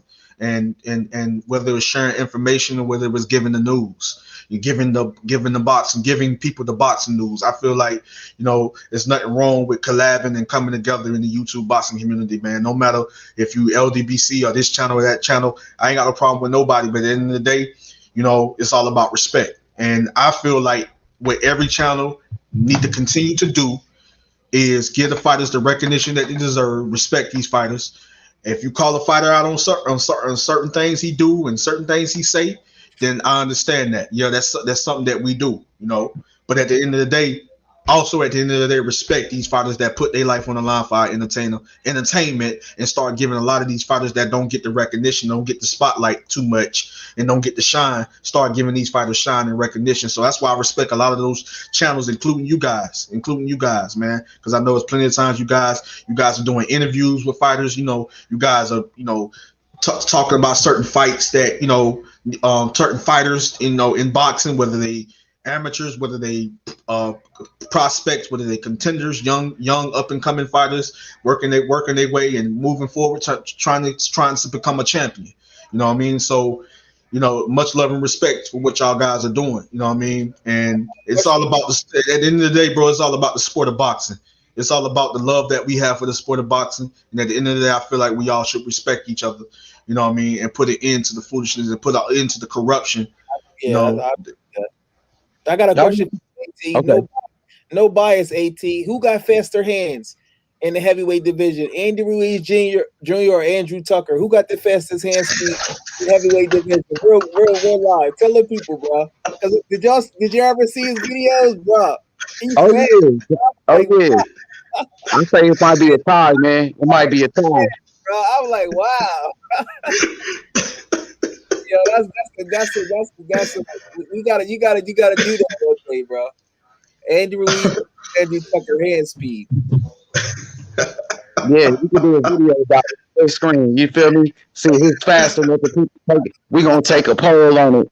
You know, hey, Andy, I want to say this real quick because he mentioned Andy Ruiz. Remember when Andy Ruiz beat Anthony Joshua, and then people were saying, "Oh, Andy needs to go straight and go fight Deontay Wilder." Remember that? They were saying, "Oh, Andy needs to take the belts to PBC, Wilder versus Andy Ruiz for undisputed." If he would have did that, I would feel like Andy Ruiz would be ducking Anthony Joshua in that rematch. You remember he was saying, "Oh, they're gonna go to court." He wasn't gonna take the rematch with Anthony Joshua. Andy Ruiz was going to try to fight Deontay Wilder and duck that rematch with Anthony Joshua. So pretty much this is exactly what Tyson Fury is doing right now. By Tyson Fury not giving Deontay Wilder his rematch, right? You know what I'm saying? Tyson Fury goes straight to an undisputed match with Anthony Joshua is basically the same thing as Andy Ruiz not giving Anthony Joshua his immediate rematch and going straight to an undisputed fight with Deontay Wilder. I think people would have had a problem with it. I know I had a problem with it when Andy Ruiz was trying to avoid the rematch with Anthony Joshua. This is essentially the same thing that Tyson Fury is doing, bro. Ducking the rematch with Deontay Wilder, trying to go to an undisputed fight. Everybody is okay with it. Everybody's okay with Tyson Fury doing that, right? But everybody had a problem when Andy Ruiz wanted to do the same thing and go fight Deontay Wilder. So I think this has something to do with, go ahead. Yeah, my thing is this, man. Like people come at me. People was attacking me and coming at me. Andrew Tucker, man, you got so much hate for Deontay Wilder.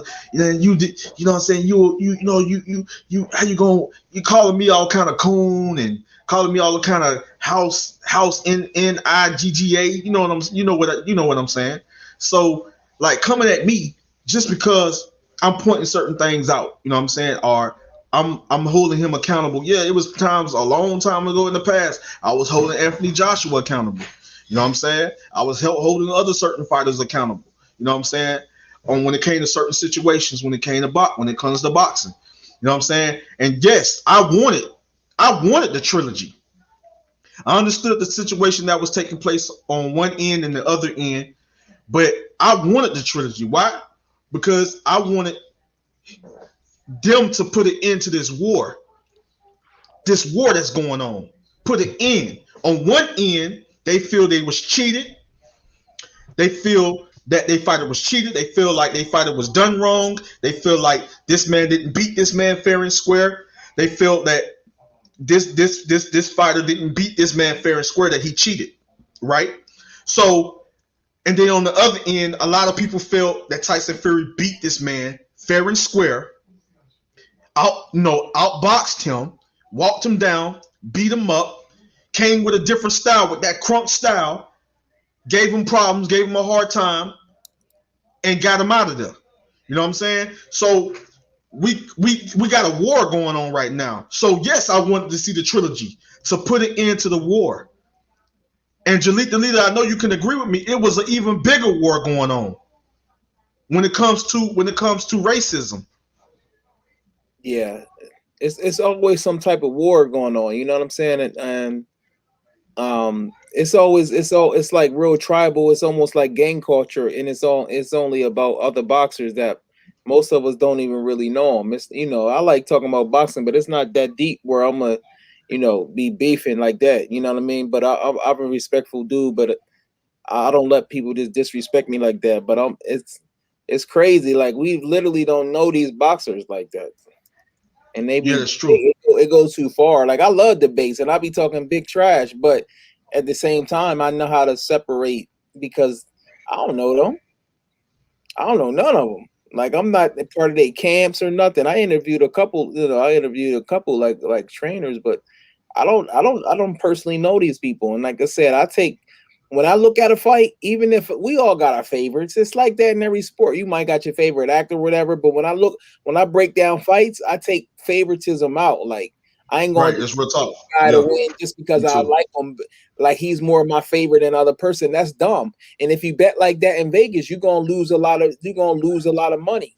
That's not smart to even go to Vegas and just because you like a guy more to bet with him. That's just dumb, bro. So when I break the fights down, I'm breaking down who I really think is going to win, not who I, want to win. So that's how. Right. And I know with you, just like with me. You know what I'm saying? You breaking down, you're going with the fighter that you feel is going to win based on you're studying a fighter. Yeah, study his style. His style, and what a lot of guys don't do is what I do, and what we do. We do a lot of film study. We study these fighters. Right. We see the strengths and the weaknesses of these fighters. We see the pros and the cons of these fighters. You know what I'm saying? We know what certain style can give a certain style problems and trouble, hard time, difficult time, how a fighter might, can't get past this certain style.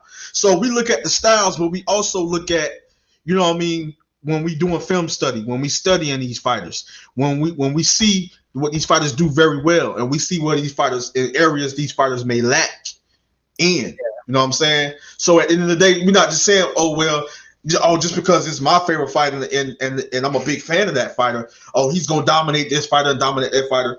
Like, for example, I already know, and that's why people got to be honest with themselves and gotta know the truth. Anthony Joshua versus Tyson Fury is a 50-50 fight because of the styles. Yeah. It is a 50-50 fight. You know what I mean?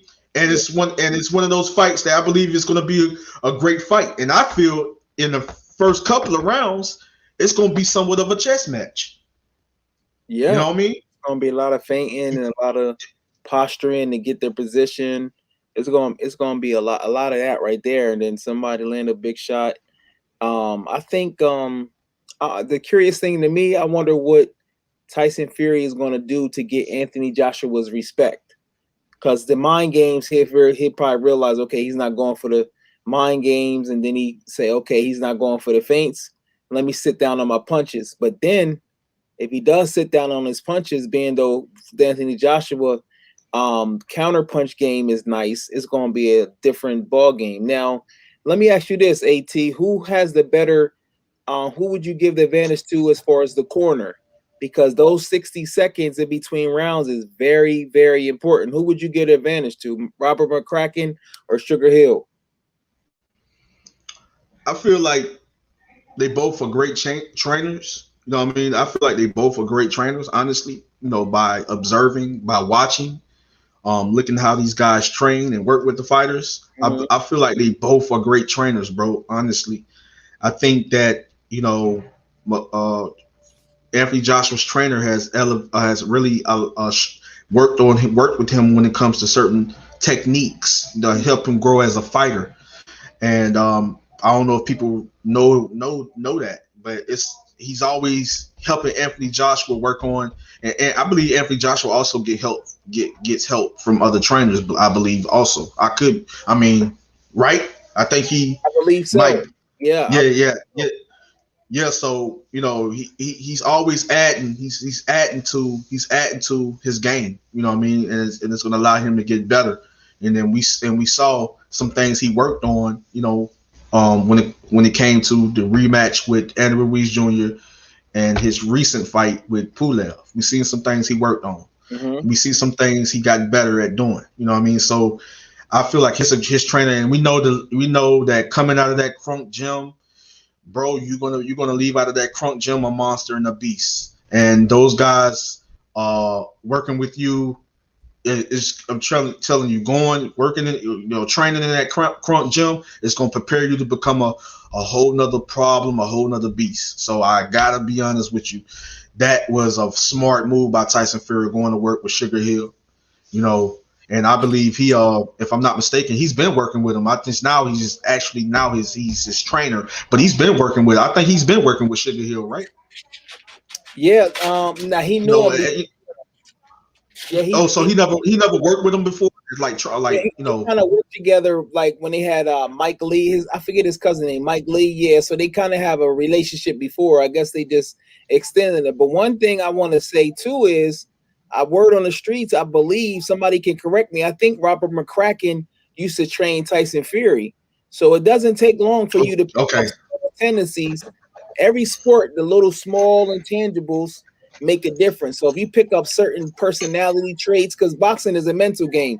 So if you pick up certain personality traits and things that fighters don't like, Robert McCracken should have been able to pick up on that, even though Tyson Fury has grown since then. But it is certain things about fighters, like certain habits, that it's hard for them to break. So that's an advantage right there for team AJ. And also too, one thing about Sugar Hill, he's used to dealing with just straight power punchers that don't box like Fury, like when he was in Adonis Stevenson's corner, like go for the knock. You know what I'm saying? But if he just keep telling homeboy to go for the knockout, I'm curious what instructions is he gonna give Tyson Fury, because Tyson Fury is already a smart guy, like where he can improvise. So that's gonna be interesting. I gotta think about it some more. Marvin McCracken, uh, I don't know, man. Robert McCracken slightly might have the edge because he has been with AJ longer too. That makes a right, difference as well. So that might be advantage AJ. yeah, I can agree with you on that. Honestly, and but I can say in a way that that Tyson Fury and Sugar Hill has a connection, and True. I think that him working with Tyson Fury have taken Tyson Fury just one step further. You know what I mean? Just took him to a whole nother level in a way, because what Tyson Fury did against Wilder in the rematch, honestly, I would have never thought I would ever see something like that ever take place. I would never thought I'd ever see something like that take place, bro. You know what I'm Right. saying? When it comes to Tyson Fury, I know that Tyson Fury can dig down deep. I know Tyson Fury can go to war. He has the will. You know what I mean? He got a little dog in him. I've seen him, he had to dig down deep and go to war before. We have seen it before. But at the end of the day, to do that against a big puncher and a guy with knockout power like Anthony, like Deontay Wilder, that surprised the hell out of me. The Right. come, and so what he did, the game plan he came with, it took the right trainer to figure out a fighter, right? It took the right trainer to figure out a fighter style and how a fighter do and what a fighter is good at doing.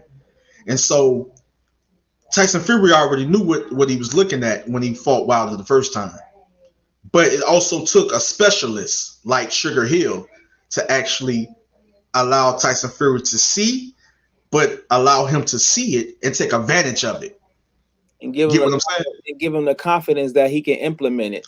Because it's Right. about believing you can do it, because he's used to just being a counterpuncher. So then he had to exclusively fight going forwards, which he done. It looked like he been doing it for a while. So you just need somebody that can believe in it and let you and remind you, like, bro, you can do this. You know what I mean? So it's going to be interesting if it's if the fight happens. I don't know why keep taking long. I don't know what's up with the arbitration. I don't know what's going on because every day you hear something different, and then you got the MTK Global documentary that's out there. I don't know, bro. Like that's why it's hard to what I don't know if they. I thought they took his license away, but maybe I'm mistaken on that. And then I don't know, bro. I'm confused. Yeah, me too, man. Like, honestly, what I mean, and I, usually, be informed and kind of dig deep on, on certain situations, but I guess I have been away, you know, personal life, what I mean? So, so if I hear anything, if I know anything, of course I'll find out from my source. But if sometimes I can hear it coming from you guys, man, watching certain channels and go live and present present the information, what I mean, and things of that nature. And that's how I know, basically, from channels and of course, we go to Google and we can go to certain these different boxing websites and we can get it there. But I get it. Sometimes I get information from you guys or my subscribers or my the family. What I mean. So and I talk about it once I do once I dig down deep into it, and that's when I talk about it. What I mean. But other than that, though, man, I feel like. Uh, I feel like Saudi Arabia for the Fury and Joshua would be a good move. I believe it would. I believe it. It's just I just don't see it. Just see the reason of it taking place. To see the reason of it happening over here in the States. You know what I'm saying? Yeah. Like, I don't think it'll do as great. Over here, it's still a big fight. Don't get me wrong. It would be good now. Yeah, if it was Wilder versus any of them two, then it would be good. Yeah, if it was Wilder Fury or Wilder Joshua, yeah. Oh yeah, most definitely. Yeah, I agree with that, man. Dollars is more. I think it's probably the interesting thing is what's going to happen. Is it going to be on the Zone, or is it going to be on ESPN Plus pay-per-view? Well, which I'm sure. See, the Zone got an advantage, but the thing about it is so much money involved. I think they're not going to have it on the Zone because I just remembered that Homeboy is not signed to an exclusive deal on the Zone, so they don't even have to put at least the Zone US because the Zone is in like 200 markets. I think it's going to just be there. I think they'll be losing money in a sense unless they. I don't know. I don't think the Zone going to get it. I just think that's too big of a fight to put it on the Zone in ESPN pay-per-view. So why would a person get it on ESPN pay-per-view and they could just get it on the phone for cheaper? That's dumb business. Like they're not no, that don't even make sense. Yeah, that wouldn't make no sense at all, bro.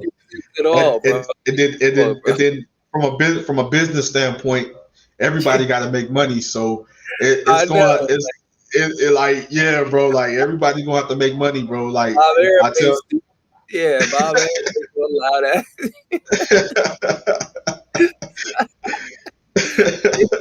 Do that. Hey, that'd be the craziest thing I ever seen if they allowed that happen.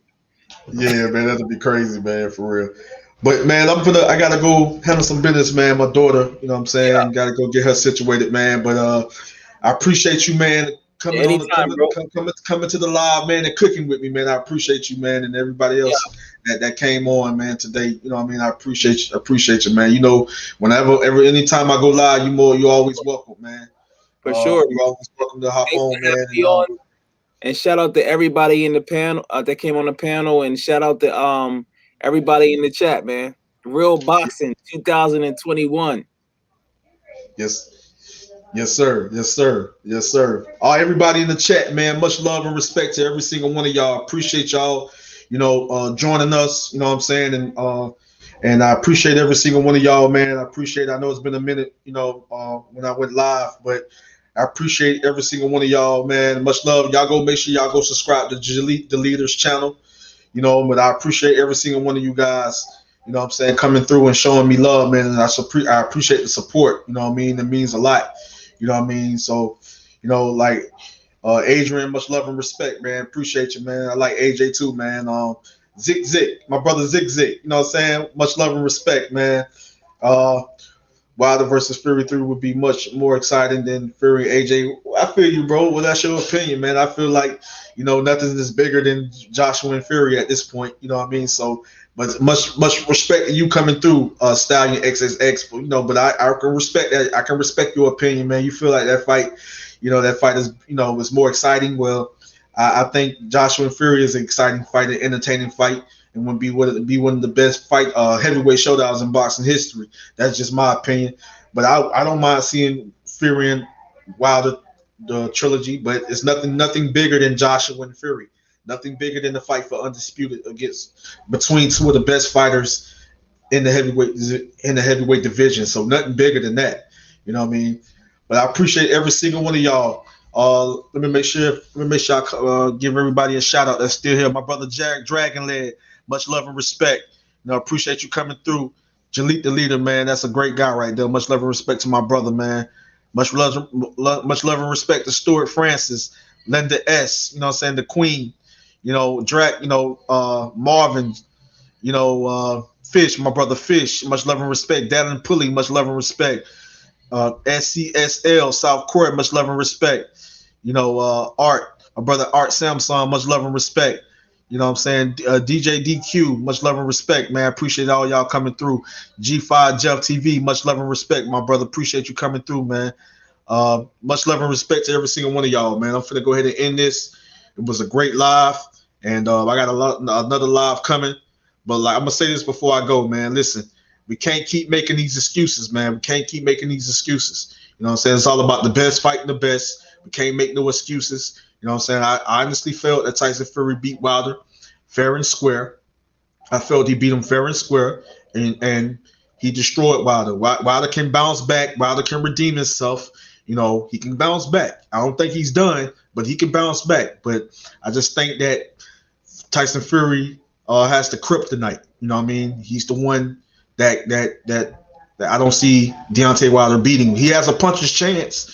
But I just don't see him beating. But the situation with Mark Breland, man, we're gonna talk a little bit more about that. You know what I mean? But like I said, once again, you know what I mean? At the end of the day, it's all about working on your craft, perfecting your craft, and it's all about getting better. You know what I mean? And at the end of the day, Deontay Wilder got to be willing to perfect his craft and get better.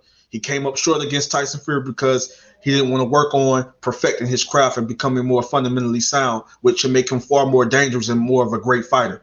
You know what I mean? So at the end of the day, I feel like Mark Breland was willing to work with him, and then Deontay Wilder was giving him a hard time. You know what I mean? And it is what it is, man. But I got more live streams coming. Trust me. You know what I mean? We're gonna talk a little bit. We're gonna talk about this a lot more. You know what I mean? Trust me, a lot more live streams coming. I got a lot of other topics I want to talk about when it comes to certain other fighters. And at the end of the day, it's not about drama. It's not about all that, none of that foolishness, man. At the end of the day, it's about the sport of boxing and what we can contribute to the sport of boxing. The best fighting the best, seeing the best fights, giving the fighters the recognition that they deserve, and keeping it real. Being 100, being real. You know what I'm saying? My brother Rap Star Podcast, respect England in the building. Much love and respect, man. I wish I could have had you on, man, but I'm finna get ready to wrap it up, man. Rap Star. But when I go live again, Rap Star, I gotta have you on, man. Rap Star Podcast. If y'all not subscribed, go subscribe to Rap Star Podcast. But I'm out, man. Much love and respect. Andrew Tucker World, and I'm out. Much love and respect. Love every single one of y'all. Appreciate every single one of y'all coming through. Much love and respect.